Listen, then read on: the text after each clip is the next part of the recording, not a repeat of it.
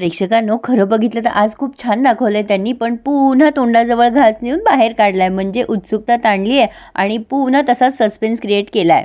त्याचं झालं असं की ही प्रिया सांगत असते की ती खूप ते पिस्तूल वगैरे बघितला तिने. तर अर्जुन म्हणतोय, मग तुम्ही घाबरला नाहीत का? कोणीही ओरडेल पिस्तूल बघितल्यावर, तुम्ही ओरडला नाहीत? त्यावर प्रिया म्हणते, मी खूप घाबरले होते, मी थरथर कापत होते, पण मला काही सुचत नव्हतं मी काय करावं. तिथे मधुभाऊ विलास काकांवर बंदूक ताणून उभे होते. विलास काका आणि मधुभाऊंमध्ये खूप झटापट झाली. जसं जसं ही सांगत होती तसं तसं ते कॉन्स्टेबल रिक्रिएशन करून दाखवत होते. आता प्रिया पुढे सांगते की विलास काकाला मधुभाऊंनी पूर्ण जोर लावून मागे लोटून दिलं आणि त्यांच्यावर बंदूक ताणली. विलास काका म्हणत होते, मार मला मार, आणि त्यांनी बंदूक चालवलीच, म्हणजे मधुभाऊंनी बंदूक चालवली आणि ते वळले आणि विलास काकांनी पण तिथे असलेला फ्लॉवर पॉट मधुभाऊंच्या डोक्यात घातला आणि दोघंही जमिनीवर कोसळले. बिचारे माझे विलास काका तिथेच गेले आणि रडायला लागते. म्हणजे मधुभाऊंपेक्षा हिला विलास काका जवळचा आहे, जो 2 दिवसापूर्वी आलेला होता. असो, काहीही दाखवतात प्रेक्षकांनो. आता राकेश लगेच अर्जुनला म्हणतो, अर्जुन तू माझ्या क्लायंटला असं टॉर्चर करू शकत नाही, चल ग घरी तन्वी. आता लगेच हा चैतन्य म्हणतो, तुला फार घाई आहे रे तिला घरी न्यायची. लगेच प्रिया म्हणते, मला ना इथे आश्रमात आलं ना की सगळं आठवतं, त्यामुळे फार भीती वाटते, फार टेन्शन येतं ना मला. प्रेक्षकांनो, कसली नौटंकी करते ना ही. पण अर्जुन अगदी शांत बसतो 2 मिनिटं आणि मग म्हणतो, ठीक आहे, काही हरकत नाहीये, थँक्स फॉर कोऑपरेशन, तुम्ही यांना घरी घेऊन जाऊ शकता. आता प्रिया आणि राकेश आधी तिथून निसटले. अर्जुनने शूटची कॉपी सांगितली आहे पोलिसांना, मलाही द्या म्हणून. चैतन्य अर्जुनला हळूच म्हणतो, काय वाटतं रे अर्जुन तुला, आज आपल्या हाती काही लागलं असेल का? तेव्हा अर्जुन म्हणतो, डेफिनेटलीच लागलंय. त्या वॉलपीसमुळे हे लक्षात आलंय की तन्वी खोटं बोलत होती. मला तर डाऊट येतोय की या रूममध्ये मर्डर झाला तेव्हा ही या रूममध्ये होती की नव्हती. चैतन्य म्हणतो, हो रे, कोण काय करत होतं, कोण कुठे उभे होतं हे सगळं सांगताना ती पहिल्यांदा किती कन्फ्यूज झाली. अर्जुन म्हणतो, ती खोटं बोलती हे तर कन्फर्मच आहे, पण हे सगळं ती का करतीये? मधुभाऊंना अडकून तिला काय मिळवणार आहे? आपल्याला तिचा मोटिव्ह कळायला पाहिजे चैतन्य, आणि तिचा मोटिव्ह आपल्यासाठी खूप मोठा क्लू ठरणार आहे. हे जर कळलं ना तर ही केसच सॉल्व्ह होईल बघ. प्रिया म्हणते, सुटले बाबा एकदाची. राकेश म्हणतो, तू किती बिंडोक सारखी बोलत होती, आमचा मान अडकवल्या असतास तू. आता लगेच प्रिया म्हणते, कोण कोणाला बिंडोक म्हणते बघा, तुला त्या किल्लेदारचा रिप्रेझेंटेटिव्ह म्हणून पाठवलं होतं ना, मग अर्जुनने साधी प्रोसिजर विचारली तर तुला सांगता नाही आली रे, तुझी बोलती बंद झाली. राकेश म्हणतो, ए माझ्यावर घसरू नकोस ना, साधं ते वॉल हँगिंग, वॉल पीस इथे तिथे, तुला ते पण बोलता आलं नाही. ए तू काय मला बोलते रे, चल. आता प्रिया म्हणते, काठावरून बोलणं ना सोपं असतं. अर्जुन जेव्हा उलट तपासणी घेत होता ना माझी, तेव्हा हसून मजा घेत होतास. एकदा जरा माझ्या जागेवर येऊन बघ, मग कळेल तुला. अर्जुन सुभेदार जेव्हा डोळ्यात डोळे घालून प्रश्न विचारतो ना, तेव्हा हातपाय कसे थरथरतात ते नाही. आणि एवढं सगळं होऊन सुद्धा मीच निस्तरलंय ना. राकेश म्हणतो, चल ठीक आहे, तेवढं क्रेडिट देतो मी तुला. आता अर्जुन म्हणते, थोबाड बंद कर, मग गाडी चालू कर. तसंही तुझ्या बापाला रिपोर्ट द्यायचा असेल ना घरी जाऊन. राकेश चिडतो आणि म्हणतो, बापाला काय म्हणतेस ग? तेव्हा प्रिया म्हणते, ओके, तुझ्या परमपूज्य वडिलांना. चल निघ इथून आता. या प्रियाला ना प्रेक्षकांना डिग्री द्यायला पाहिजे खोटं बोलण्याच्या बाबतीत. कसली सफाईने खोटं बोलते ही. पण आता इकडे सायली चैतन्याला मेसेज करते की सरांचं काम झालं का, मी त्यांना कॉल करू शकते का? चैतन्य तो मेसेज वाचतो आणि मनातल्या मनात हसतो, पण सायलीला रिप्लाय करतो, हो सरांचं काम झालंय, तू आता त्यांना कॉल करू शकतेस. इकडे हा अण्णा खूप संतापलेला असतो. त्याने त्या गुंडाला चांगलं धरून ठेवलंय आणि म्हणतोय, काय रे, तुम्हाला एक काम सांगितलं ते पण धड करता येत नाही. आता त्या अर्जुन सुभेदारनी माझी मान धरली तर मी काय करू? तो माणूस म्हणतो, काय करणार आम्ही, आम्हाला तिथे जाताच आलं नाही अण्णा. पण आता तो त्या माणसाला फेकतो आणि म्हणतो, चल बाजूला हो, नाही तो कोथळा काढील तुझा, निघ इथून. आणि कोणाला तरी कॉल करतो आणि म्हणतो, आत्ताच्या आत्ता आश्रमात जा.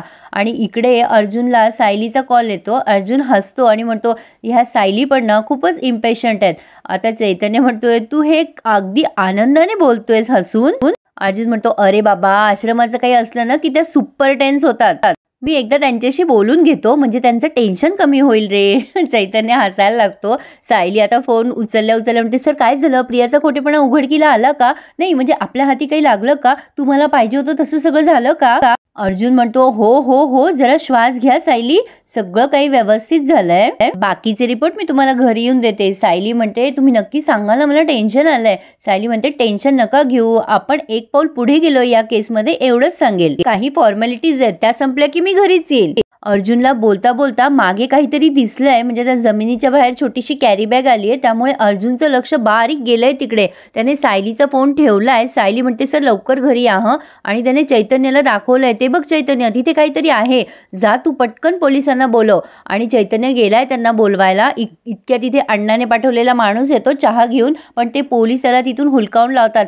चाल निघ इथून, इथे येणं अलाउड नाहीये. आणि तो तसाच परतून जातो. आता चैतन्य तिथे येतो आणि म्हणतो चला पटकन आतमध्ये, काहीतरी अर्जंट आहे. आता इकडे अण्णा त्या माणसाला रिपोर्ट विचारतो, काय रे काय झालं. आणि तिकडनं तो माणूस सांगतो नाही साहेब आतमध्ये नाही जाता आलं. अण्णा म्हणतो तुम्हाला ना बिंडोक कुठले, तुम्हाला एकही काम करता येत नाही. आता तो अर्जुन सुभेदार तिथे पोहोचलाय आणि आईवस त्याला सापडला तर.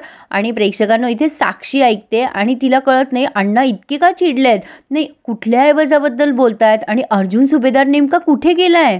काहीतरी सिरियस नक्कीच आहे, त्याशिवाय अण्णा एवढे चिडलेच नसते. पण प्रेक्षकांनो तिथे नेमकं कोणाची डेड बॉडी आहे, म्हणजे कोणाला जर माहिती असेल तर नक्की मला कमेंट करून कळवा हं. मला त्या बाबतीत काही माहीत नाही आहे. आता तिथे अर्जुन बघतोय काहीतरी आहे खाली आणि ते उकरायला सांगतोय पोलिसांना. तिथे लगेच पोलीस आलेत सगळेजण. अर्जुन म्हणतो बघा याच्या खाली काहीतरी आहे, इथे ना आपण उकरायला हवं, नक्कीच काहीतरी क्लू मिळेल. चैतन्य आणि ते हवालदार मिळून ते उकरायला घेतात थोडं थोडं. तर तिथे ना एक शर्ट सापडतो प्रेक्षकांनो. आता तो कोणाचा शर्ट आहे काय आहे ते काही अजून त्यांनी सांगितलं नाही आहे. आणि मग पोलीस म्हणतो हे शर्ट कदाचित दुसऱ्या कोणाचं असावं, वाऱ्यानं उडून इथे आलं असेल जमिनीमध्ये आणि जमिनीवरती मातीमध्ये गेलं असेल पुरल्या. चैतन्य म्हणतो हो रे, म्हणजे असं बाकी काही क्लू मिळेल असं काही दिसत नाही आहे इथे. अर्जुन म्हणतो नाही पण आपण आणखीन जमीन खणायला हवी, थोडंसं बघ आणखीन खणून. आता चैतन्य आणि ते हवालदार आणखीन खणतायत पण काहीच सापडत नाही. चैतन्य म्हणतो अरे अर्जुन इथे काही नाही आहे, मला नाही वाटत आता काही सापडेल आपल्याला. अर्जुन म्हणतो ठीक आहे, पण मधुभाऊ इनोसंट असल्याचा काही ना काही पुरावा या आश्रमात नक्की असणार आहे. आणि अर्जुन आता सगळ्यांना सांगतो की प्लीज ते सील करून घ्या, आपण बघूयात ह्या जे काही आपल्याला हा शर्ट सापडला आहे कदाचित त्यामुळे आपल्याला बरीच मदत होईल. आणि अर्जुनने तो शर्टसुद्धा तिथे सील करून घेऊन गेलाय तो. पण नेमकी जी जागा आहे जिथे ते रोप पेरलेले आहे तिथे त्यांनी उकरलंच नाही प्रेक्षकांनो. ती उत्सुकता ताणून धरली आहे. ॲक्च्युअल डेड बॉडी जी आहे ना ती तिथेच होती. खरं तर हे हलक्यात घ्यायला नव्हतं पाहिजे त्यांनी, असो पण मालिका आहे उत्सुकता ताणतच राहणार ते. आता हे रविराज वाटच बघत असतात प्रियाची. ते म्हणतात ती लगेच आली आहे. तन्वी झालं का गं व्यवस्थित सगळं, काही प्रॉब्लेम नाही ना. ती म्हणते नाही बाबा काही झालं नाही. अर्जुनने खूप प्रयत्न केला वेडेवाकडे प्रश्न विचारायचा, पण मी पण त्याला सगळी उत्तरं अगदी बरोबर दिली, अगदी न घाबरता बाबा. पण तुम्ही तिकडे गेला होतात ना, काय झालं. तेवढ्यात सुमन त्यांना पाणी वगैरे देते आणि राकेशला विचारते काय रे काय झालं, म्हणजे तू सोबत होता त्याचा काही उपयोग झाला की नाही तन्वीला. राकेश म्हणतो म्हणजे काय आई, मी त्या अर्जुन सुभेदारला असं सुनावलं की तू माझ्या बहिणीला त्रास देऊच शकत नाही, तिचा हा भाऊ तिच्या पुढ्यात उभा आहे ना. हा राकेश लंबी फेकायला एक्सपर्ट आहे. असो पण आता प्रिया म्हणते की बाबा तुम्ही केव्हा घरी आलात आणि काय झालं, तुम्ही आईला शोधायला गेला होतात ना. रविराज म्हणतात अगो हो, काय झालं कोणीतरी फोन केला होता त्या इन्स्पेक्टरला, कोणी मुलगी होती म्हणे, तिने सांगितलं की ST स्टँडवर तिने प्रतिमाला बघितलं, आम्ही खूप शोधलं ग पण नाही सापडली प्रतिमा. आता ही प्रिया म्हणते बाबा आई सापडायला हवी होती ना. आता हे रविराज म्हणतात अगं पण बघ ना एका अर्थी चांगलंच झालं ना, म्हणजे प्रतिमा हळूहळू सगळ्या लोकांना दिसायला लागली आहे, म्हणजे ती लवकरच आपल्या पुढे येईल. त्या मुलीचा पत्ता नाही कळला बघ जिने फोन केला होता. आता इकडे अर्जुन आणि चैतन्यमध्ये छान डिस्कशन दाखवलं आहे. अर्जुन म्हणतो चैतन्य मला तरी वाटतं की ती खोटं बोलत होती तन्वी. चैतन्य म्हणतो पण तन्वी कसली स्मार्ट आहे ना, किती हुशारीने उत्तर दिले तिने. अर्जुन म्हणतो तू एक गोष्ट ऑब्झर्व केली का, तन्वी उत्तर देताना किती घाबरत होती, किती विचार करून बोलत होती ती. जर एखाद्या माणसाने स्वतःच्या समोर खून होताना पाहिला असेल तर तो इतका विचार का करेल. चैतन्य म्हणतो म्हणजे तुला काय वाटतं खरंच ती खोटं बोलत होती. अर्जुन म्हणतो ऑब्व्हियसली खोटंच बोलत होती ती, पण जे झालं ते चांगलं झालं. तिने ना आपल्याला एक वेगळं डिरेक्शन दिलं या केससाठी. चैतन्य म्हणतो कसलं डिरेक्शन. अर्जुन म्हणतो म्हणजे बघ ना खोटं बोलण्यामागे तिचं नेमकं मोटिव्ह काय आहे, म्हणजे बघ की ती तेव्हा आश्रमातच राहत होती ना, मधुभाऊ जर पकडले गेले असते तर तिचा लॉसच झाला असता, तरी सुद्धा तिने त्यांना का अडकवलं असेल. चैतन्य म्हणतो म्हणजे ती कोणाच्या तरी सांगण्यावरनं हे सगळं करतेय का. अर्जुन म्हणतो एक्झॅक्टली, आपल्याला ते जरी कळलं ना तरी खूप फायदा होईल. आता आपण ह्याच अँगलने विचार करूया या केसचा. आता हा चैतन्य म्हणतो चल आपण ऑफिसला जाऊन बाकीचं डिस्कस करू. अर्जुन म्हणतो, नको रे, मी आधी घरी जातो आणि मग ऑफिसला येतो. काय ना मिस सायली खूप सुपर टेन्स होत्या, त्यांना जाऊन आधी जरा रिपोर्ट देतो आणि मग त्या रिलॅक्स होतील ना. चैतन्य त्याला चिडवायला लागतो, काय रे अर्जुन, मी काही चुकीचं ऐकलं का? नाही म्हणजे तू कामापेक्षा सायलीला जास्ती प्रेफरन्स देतोयस. सायलीला खरंच टेन्शन आलेलं असतं. ती विचार करते, पुन्हा फोन करू का अर्जुन सरांना? पण नको, ते पुन्हा चिडतील. आता इकडे अर्जुन म्हणतो, तसं काही नाहीये रे.